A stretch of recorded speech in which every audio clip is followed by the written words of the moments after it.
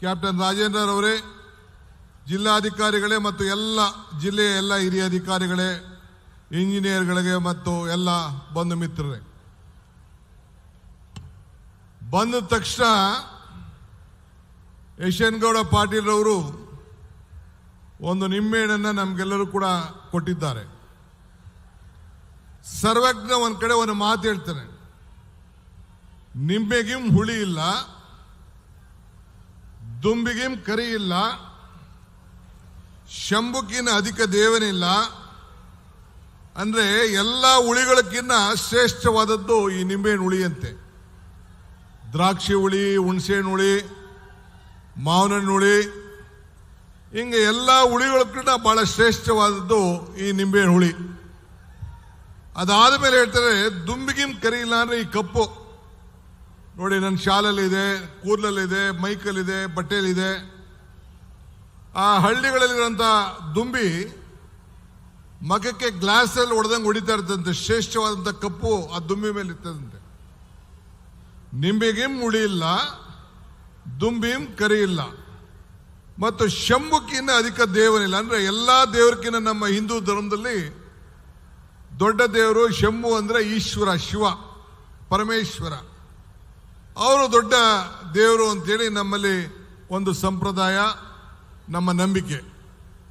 ಅದಾದ ಮೇಲೆ ಕೊನೆಗೆ ಏನ್ ಹೇಳ್ತಾರೆ ಅಂದ್ರೆ, ನಿಂಬೆಗಿಂ ಹುಳಿ ಇಲ್ಲ, ದುಂಬಿಗಿಂ ಕರಿ ಇಲ್ಲ, ಶಂಭುಕಿನ ಅಧಿಕ ದೇವನಿಲ್ಲ, ನಂಬಿಕೆಗಿನ್ನ ದೊಡ್ಡ ಗುಣ ಇಲ್ಲ ಅಂತ. ಅಂದ್ರೆ ಎಲ್ಲಾ ಗುಣಗಳಕ್ಕಿಂತ ದೊಡ್ಡ ಗುಣ ಯಾವ್ದಪ್ಪ ಅಂದ್ರೆ ನಂಬಿಕೆ. ಹಂಗೆ ನಾವೆಲ್ಲ ಇಷ್ಟು ಜನ ಮಂತ್ರಿಗಳು, ಸರ್ಕಾರ, ಈ ಇಂಡಿ ತಾಲೂಕಿನ ಮಹಾಜನತೆ ಮೇಲೆ ನೀವು ಸತತವಾಗಿ 3 ಬಾರಿ ನಮ್ಮ ಯಶವಂತಗೌಡ ಪಾಟೀಲ್ ಅವ್ರನ್ನ ಆಯ್ಕೆ ಮಾಡಿ ಸುಮಾರು ಇವತ್ತು 5,000 ಕೋಟಿ ರೂಪಾಯಿಯನ್ನ ಪಡ್ಕೊಳ್ಳುವಂತ ಭಾಗ್ಯ ಪಡೆದಿದ್ದೀರಲ್ಲ, ಇದು ನಿಮ್ಮೆಲ್ಲರ ಭಾಗ್ಯ ಭಾಗ್ಯ ಭಾಗ್ಯ ಅಂತ ನಾನು ಭಾವಿಸ್ಕೊಂಡಿದ್ದೇನೆ. ಈ ಜಿಲ್ಲೆಯಲ್ಲಿ ಒಂದು ಶಾಸಕರನ್ನು ಬಿಟ್ರೆ ಎಲ್ಲ ಶಾಸಕರನ್ನು ಕೂಡ ಆಯ್ಕೆ ಮಾಡಿ ನಮ್ಮ ಸರ್ಕಾರ ನಿಮ್ಮ ಸತತವಾಗಿ ಸೇವೆಯನ್ನು ಮಾಡಲಿಕ್ಕೆ ತಾವು ಸಹಾಯನ ಮಾಡ್ಕೊಂಡು ಬಂದಿದ್ದೀರಿ. ಈ ನಿಂಬೆಹಣ್ಣು ಪೂಜೆಗೂ ಉಪಯೋಗಿಸ್ತೀವಿ, ದೃಷ್ಟಿಗೂ ಉಪಯೋಗಿಸ್ತೀವಿ, ಇದನ್ನ ಊಟಕ್ಕೂ ಉಪಯೋಗಿಸ್ತೀವಿ, ಒಳ್ಳೆ ರುಚಿ ಬರಲಿ ಅಂತೇಳಿ. ಎಲ್ಲ ನಮ್ಮಲ್ಲಿರುವಂತ ಅನೇಕ ಭಾವನೆಗಳ, ಕೆಟ್ಟ ಭಾವನೆಗಳನ್ನ ಇಳಿ ತೆಗೆದು, ದೃಷ್ಟಿ ತೆಗೆದು ಮನುಷ್ಯನನ್ನ ಶುದ್ಧಿ ಮಾಡಲಿಕ್ಕೂ ನಾವು ಉಪಯೋಗಿಸ್ತೀವಿ. ಅಂತ ನಿಂಬೆಹಣ್ಣಿನ ನಾಡು ಈ ಇಂಡಿ ತಾಲೂಕು.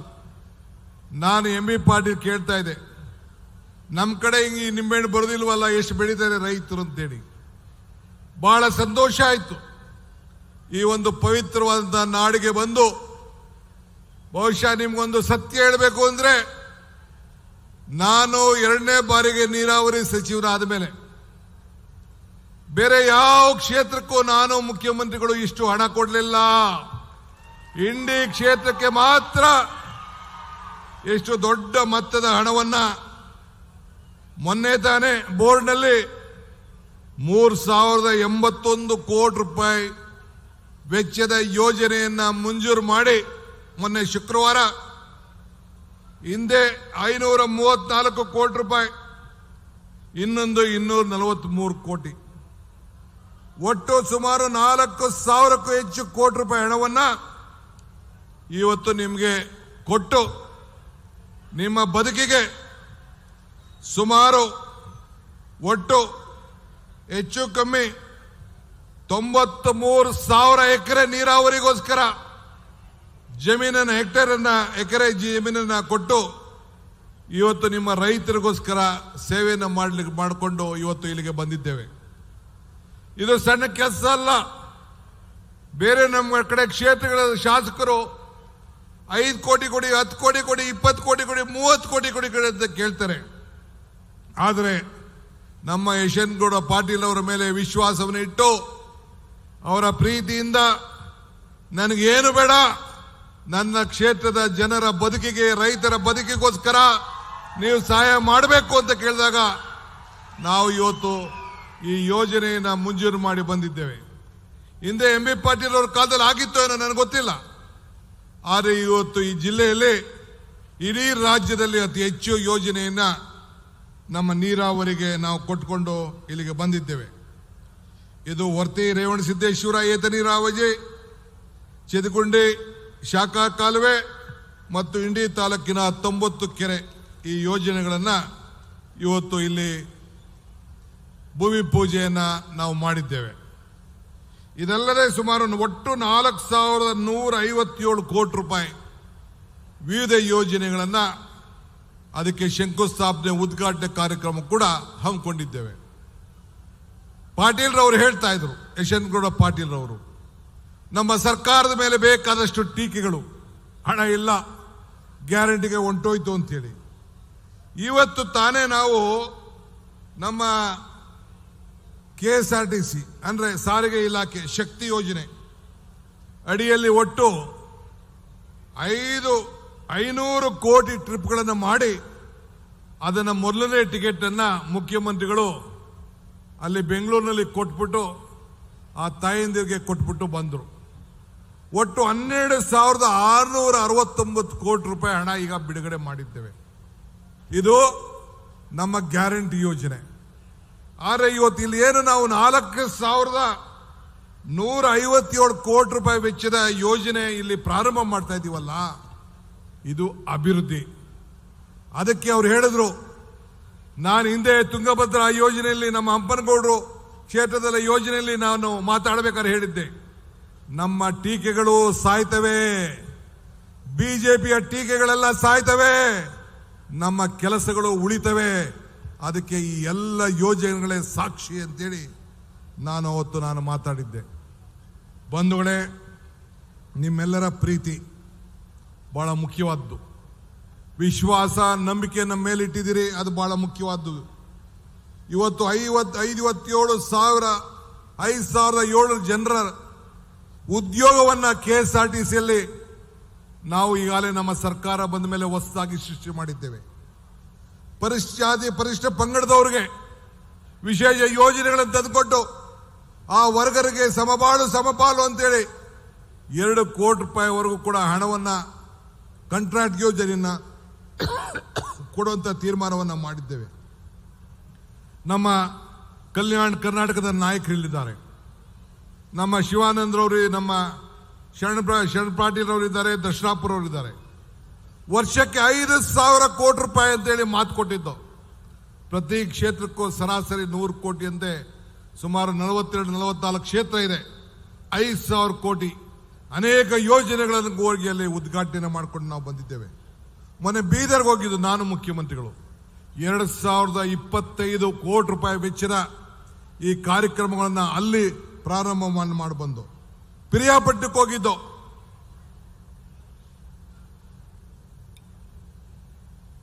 ಅಲ್ಲಿ 500 ಕೋಟಿ. ಈಗ ತಾನೇ 20-21ನೇ ತಾರೀಕು ನಮ್ಮ ಮಾದೇವಪ್ಪನವರು 3,647 ಕೋಟಿ ರೂಪಾಯಿ ಯೋಜನೆಯನ್ನ ಕಾರ್ಯಕ್ರಮವನ್ನು ಪ್ರಾರಂಭ ಮಾಡಲಿಕ್ಕೆ ಹೊರಟಿದ್ದಾರೆ. ಈಗ ನಮ್ಮ ದಿನೇಶ್ ಗುಂಡೂರಾವ್ ಇದ್ದಾರೆ, ಅವರು ಸುಮಾರು ಕ್ರಾಂತಿಯನ್ನು ಮಾಡಿದ್ದಾರೆ ಆರೋಗ್ಯ ಇಲಾಖೆಯಲ್ಲಿ. ಇಡೀ ರಾಜ್ಯದಲ್ಲೇ ಕೂಡ ಎಲ್ಲರೂ ಕೂಡ ಉತ್ತಮವಾದಂಥ ಆರೋಗ್ಯ ಸಿಗಬೇಕು ಅನ್ನೋ ದೃಷ್ಟಿಯಿಂದ ಅನೇಕ ಕಾರ್ಯಕ್ರಮಗಳನ್ನು ರೂಪಿಸಿದ್ದಾರೆ.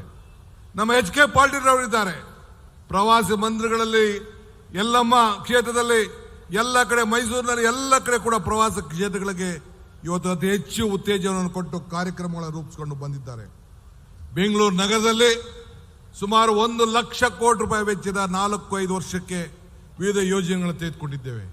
ಇವೆಲ್ಲ ಅಭಿವೃದ್ಧಿಯೋ ಏನು ಅನ್ನೋದನ್ನ ನಾನು ಈ ಜನತಾದಳದವ್ರಿಗೆ, ಬಿಜೆಪಿಯವರಿಗೆ ಕೇಳಲಿಕ್ಕೆ ನಾನು ಬಯಸ್ತಾ ಇದ್ದೇನೆ.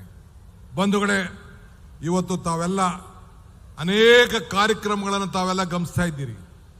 ಈ ರಾಜ್ಯದ 5 ಗ್ಯಾರಂಟಿಗಳು ಇಡೀ ದೇಶಕ್ಕೆ ಒಂದು ದೊಡ್ಡ ಮಾದರಿಯಾಗಿ ಇವತ್ತು ಉಳ್ಕೊಂಡು ಬಂದಿದೆ. ಇಡೀ ದೇಶ, ಬಿಜೆಪಿಯ ರಾಜ್ಯಗಳು, ಬಿಜೆಪಿ ಸರ್ಕಾರದ ರಾಜ್ಯಗಳು ಕರ್ನಾಟಕ ರಾಜ್ಯದ ಮಾದರಿಯನ್ನ, ಈ ಗ್ಯಾರಂಟಿ ಯಾರೆಯನ್ನ ಇವತ್ತು ಮಾಡ್ಕೊಂಡು ಬರ್ತಾ ಇದ್ದಾರೆ. ಈ ಗ್ಯಾರಂಟಿ ಯೋಜನೆ ಯಾಕೆ ತಂದೋ? ನಿಮ್ಮ ಬದುಕಿಗೋಸ್ಕರ.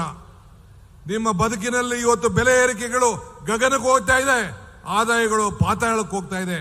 ಇದನ್ನ ಸರಿಸಮಾನತೆ ಮಾಡಿ ನಿಮ್ಮ ಬದುಕನ್ನ ಸರಿಯಾದ ರೀತಿಯಲ್ಲಿ ತೆಗೆದುಕೊಂಡು ಹೋಗಬೇಕು ಅನ್ನೋ ದೃಷ್ಟಿಯಿಂದ ಸುಮಾರು ಒಂದು ಕುಟುಂಬಕ್ಕೆ ಸರಾಸರಿ 5,000 ರೂಪಾಯಿ ಒಂದು ತಿಂಗಳಿಗೆ ಸಿಗುವಂತ ಈ ಕಾರ್ಯಕ್ರಮ ಯಾವ್ದಾದ್ರು ಸರ್ಕಾರ ಕೊಟ್ಟಿತ್ತು ಅಂದ್ರೆ ಇದು ಕಾಂಗ್ರೆಸ್ ಸರ್ಕಾರ ಅನ್ನೋದನ್ನ ಯಾರು ಕೂಡ ಮರೆಯಲಿಕ್ಕೆ ಸಾಧ್ಯ ಇಲ್ಲ.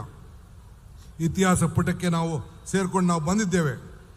ಅನೇಕರು ಟೀಕೆ ಮಾಡ್ತಾ ಇರ್ತಾರೆ, ಟೀಕೆ ಮಾಡಲಿ.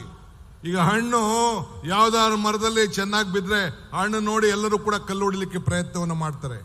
ಆದರೆ ಇವತ್ತು ನಾವು ಮಾಡಿರೋಂಥ ಸಾಧನೆಗಳು ಶಾಶ್ವತವಾಗಿ ಬದುಕಂಥ ಸಾಧನೆಗಳು. ತಮಗೆಲ್ಲ ಒಂದು ಹೇಳಲಿಕ್ಕೆ ನಾನು ಬಯಸ್ತಾ ಇದ್ದೇನೆ.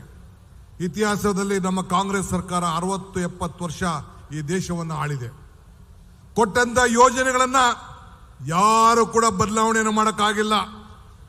ಉಳೋನ್ಗೆ ಭೂಮಿ ಇರ್ಬೋದು, ಪಂಚವಾರ್ಷಿಕ ಯೋಜನೆ ಇರ್ಬೋದು, ಸೈಟ್ ಇರ್ಬೋದು, ಮನೆ ಇರ್ಬೋದು, ಉದ್ಯೋಗ ಖಾತ್ರಿ ಯೋಜನೆ ಇರ್ಬೋದು, ಯಾವುದೇ ಯೋಜನೆ ಇರ್ಬೋದು, ಅಂಗನವಾಡಿ ಯೋಜನೆ ಇರ್ಬೋದು, ಯಾವುದೇ ಯೋಜನೆಗಳನ್ನು ನೀವು ಲೆಕ್ಕ ಹಾಕೊಳ್ಳಿ, ಯಾರು ಕೂಡ ಬದಲಾವಣೆಯನ್ನು ಮಾಡಲಿಕ್ಕೆ ಸಾಧ್ಯ ಇಲ್ಲ. ನಮ್ಮ ಇಂದಿರಾ ಗಾಂಧಿಯವರ ಕಾಲದಲ್ಲಿ ಓಲ್ಡ್ ಏಜ್ ಪೆನ್ಷನ್ನು, ವಿಡೋ ಪೆನ್ಷನ್ನು ಹಿಂಗೆಲ್ಲ ಕೂಡ ಕೊಟ್ಕೊಂಡು ಬಂದರು, ಬದಲಾವಣೆ ಮಾಡೋಕ್ಕಾಗಲಿಲ್ಲ. ಹಾಗೆ ಇವತ್ತು ಹೇಳ್ತಾ ಇದ್ದೀನಿ, ಈ ಸರ್ಕಾರ ಏನು ಪಂಚ ಗ್ಯಾರಂಟಿಗಳನ್ನು ನಾವು ಕೊಟ್ಟಿದ್ದೇವೆ, ಆ ಗ್ಯಾರಂಟಿಗಳನ್ನು ಯಾರು ಕೂಡ ಬದಲಾವಣೆಯನ್ನು ಮಾಡಲಿಕ್ಕೆ ಸಾಧ್ಯನೇ ಇಲ್ಲ. ಇದನ್ನು ಮತ್ತೆ ನಿಮ್ಗೆ ಹೇಳಲಿಕ್ಕೆ ನಾನು ಬಯಸ್ತಾ ಇದ್ದೀನಿ. ಆದ್ದರಿಂದ ನಿಮ್ಮ ಆಶೀರ್ವಾದ ಈ ರಾಜ್ಯದ ಜನತೆಗೋಸ್ಕರ ಇರಲೇಬೇಕು. ಈ ರಾಜ್ಯದ ಜನತೆಗೆ ಒಂದು ಉತ್ತಮವಾದಂಥ ಆಡಳಿತವನ್ನು ನಾವು ಕೊಡ್ತಾ ಇದ್ದೇವೆ. ಇವತ್ತು ಇಂಥ ಅನೇಕ ಯೋಜನೆಗಳನ್ನು ಮುಂದುವರಿಸ್ಕೊಂಡು ನಾವು ಹೋಗ್ತೇವೆ.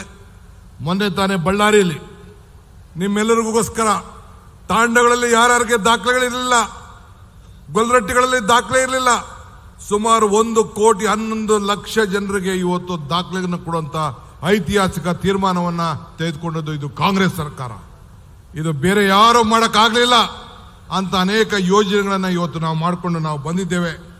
ಮೊನ್ನೆ ತಾನೇ ಎಲ್ಲ ಕಡೆ ನಮ್ಮ ಸರ್ಕಾರ ಅನೇಕ ಕೇಂದ್ರಗಳಲ್ಲಿ ಹೋಗಿ, ಜಿಲ್ಲೆಗಳಲ್ಲಿ ವಿಭಾಗ ಮಟ್ಟದಲ್ಲಿ ಹೋಗಿ ಕ್ಯಾಬಿನೆಟ್ ಅನ್ನು ಮಾಡಿ ಆ ಭಾಗದ ಅಭಿವೃದ್ಧಿ ಬಗ್ಗೆ ನಾವು ಈಗಾಗಲೇ ಕಾರ್ಯಕ್ರಮಗಳನ್ನು ರೂಪಿಸ್ಕೊಂಡು ಮುಂಜಾಗ್ರತೆಯನ್ನು ಮಾಡ್ಕೊಂಡು ನಾವು ಬಂದಿದ್ದೇವೆ. ಈಗಾಗಲೇ ಗುಲ್ಬರ್ಗಕ್ಕೆ ಹೋಗಿದ್ದೋ, ಮಹದೇಶ್ವರ ಬೆಟ್ಟಕ್ಕೆ ಹೋಗಿದ್ದೋ, ನಂದಿ ಬೆಟ್ಟಕ್ಕೆ ಹೋಗಿದ್ದೋ. ಮುಂದಿನ ದಿನದಲ್ಲಿ ನಮ್ಮ ಜಿಲ್ಲಾ ಸಚಿವರಾದಂಥ MB ಪಾಟೀಲ್ ಮತ್ತು ನಮ್ಮ ಶಾಸಕರುಗಳು ಶಿವಾನಂದ ಪಾಟೀಲ್ರವರು ಅವರೆಲ್ಲರೂ ಕೂಡ ಮುಂದೆ ಇದನ್ನ ಬಿಜಾಪುರಲ್ಲಿ ಮಾಡಬೇಕು ಅಂತೇಳಿ ಮುಖ್ಯಮಂತ್ರಿಗಳಲ್ಲಿ ಒತ್ತಾಯನ ಮಾಡಿದ್ದಾರೆ. ಮುಂದಕ್ಕೂ ಕೂಡ ಈ ಭಾಗವನ್ನು ನಾವು ಇಲ್ಲಿ ಬಂದು ಬಿಜಾಪುರದಲ್ಲಿ ಮಾಡಿ ಅನೇಕ ಯೋಜನೆಗಳನ್ನು ನಾವು ಪ್ರಕಟಣೆ ಮಾಡಲಿಕ್ಕೆ ನಾವು ಬದ್ಧವಾಗಿದ್ದೇವೆ. ಶ್ರೀ MB ಪಾಟೀಲ್ ಅವರು ನಿಮ್ಮ ಜಿಲ್ಲಾ ಸಚಿವರು, ನಿಮ್ಮ ಜಿಲ್ಲೆಗೆ ಅನೇಕ ಕೈಗಾರಿಕೆಗಳನ್ನು ತರಬೇಕು, ಉದ್ಯೋಗಗಳನ್ನು ಸೃಷ್ಟಿ ಮಾಡಬೇಕು ಅಂತೇಳಿ ಒಂದು ದೊಡ್ಡ ಪ್ರಯತ್ನವನ್ನು ಮಾಡಿ ಮೊನ್ನೆ ಗ್ಲೋಬಲ್ ಇನ್ವೆಸ್ಟರ್ಸ್ ಮೀಟಲ್ಲಿ ನಿಮ್ಮ ಜಿಲ್ಲೆಗೆ ಅತಿ ಹೆಚ್ಚು ಒತ್ತನ್ನು ಕೂಡ ಕೊಟ್ಟಿದ್ದಾರೆ. ಹಿಂಗೆ ಎಲ್ಲ ಶಾಸಕರು, ಶಿವಾನಂದ ಪಾಟೀಲ್ ಇರ್ಬೋದು, ಇವತ್ತು ಈ ಕಾರ್ಯಕ್ರಮ ನಮ್ಮ ನಾಗ್ಠಾಣ ಶಾಸಕರು ಏನಿಲ್ಲಿ ಕೂತಿದ್ದಾರೆ, ಕುಡಗೋಡವರು, ಅವರ ಕ್ಷೇತ್ರದಕ್ಕೂ ಕೂಡ ಇವತ್ತು ಸುಮಾರು 20,000ಕ್ಕೂ ಹೆಚ್ಚು ಎಕರೆಗಳಿಗೆ ನೀರಾವರಿ ಕೊಡುವಂತಹ ಕಾರ್ಯಕ್ರಮ ಕೂಡ ಇವತ್ತು ನಾವು ರೂಪಿಸಿದ್ದೇವೆ. ಅವರ ಕೈಯನ್ನು ಕೂಡ ಬಲಪಡಿಸಲಿಕ್ಕೆ ಅನೇಕ ಕಾರ್ಯಕ್ರಮಗಳನ್ನು ಇವತ್ತು ನಾವು ಹಾಕೊಂಡು ನಾವು ಬಂದಿದ್ದೇವೆ. ಆದ್ರಿಂದ ನಾನು ಇನ್ನು ಹೆಚ್ಚಿಗೆ ಮಾತಾಡೋದಿಲ್ಲ. ಬೆಂಗಳೂರಿನಲ್ಲಿ ಸ್ವಲ್ಪ ಲೇಟ್ ಆಯಿತು, ಆದರೂ ಚಿಂತೆ ಇಲ್ಲ, ತಾವು ವಿಶ್ವಾಸ ಇರಲಿ, ಇದು ನಿಮ್ಮ ಸರ್ಕಾರ, ನೀವು ಕೊಟ್ಟಂತ ಸರ್ಕಾರ. ಇಡೀ ರಾಜ್ಯದಲ್ಲಿ ಮತ್ತೆ 28ರಿಗೆ ನೀವೆಲ್ಲರೂ ಕೂಡ ಇಡೀ ಜಿಲ್ಲೆಯಲ್ಲಿ ಏನು ಒಂದು ಶಾಸಕರನ್ನು ಕಳ್ಕೊಂಡಿದ್ದೇವೆ ಅದನ್ನು ಕೂಡ ತುಂಬುವಂತ ಕೆಲಸವನ್ನು ತಾವು ಮಾಡಬೇಕು. ಈ ಸರ್ಕಾರ 2 ಶಾಸಕರು ಟೌನಲ್ಲಿ ಮತ್ತು ಒಂದು ಗ್ರಾಮೀಣದಲ್ಲಿ, ಅವೆರಡಕ್ಕೂ ಕೂಡ ತಾವು ತುಂಬಿ, ಕಾಂಗ್ರೆಸ್ ಇಡೀ ಜಿಲ್ಲೆ ಹಿಂದೆ ಕೂಡ ಒಂದ್ಸತಿ ನಾವೆಲ್ಲ ಗೆದ್ದಿದ್ದು, ಆ ರೀತಿ ತಾವೆಲ್ಲ ಗೆಲ್ಲಿಸಬೇಕು. ಮತ್ತೆ ಈ ರಾಜ್ಯದಲ್ಲಿ 28ರಲ್ಲಿ ನಿಮ್ಮ ಸರ್ಕಾರ ಆಡಳಿತಕ್ಕೆ ಬರಬೇಕು, ಜನಪ್ರಿಯ ಸರ್ಕಾರ ಬರಬೇಕು, ನಿಮ್ಮ ಸೇವೆಯನ್ನು ಅತಿ ಹೆಚ್ಚು ಮಾಡಲಿಕ್ಕೆ ತಾವೆಲ್ಲ ಅವಕಾಶವನ್ನು ಮಾಡಿಕೊಡ್ಬೇಕು ಅಂತೇಳಿ ಪ್ರಾರ್ಥಿಸಿ ಶುಭವನ್ನು ಹಾರೈಸಿ ನನ್ನ ಮಾತನ್ನು ಮುಗಿಸ್ತೇನೆ. ಜೈ ಹಿಂದ್, ಜೈ ಕರ್ನಾಟಕ ಮಾತೆ.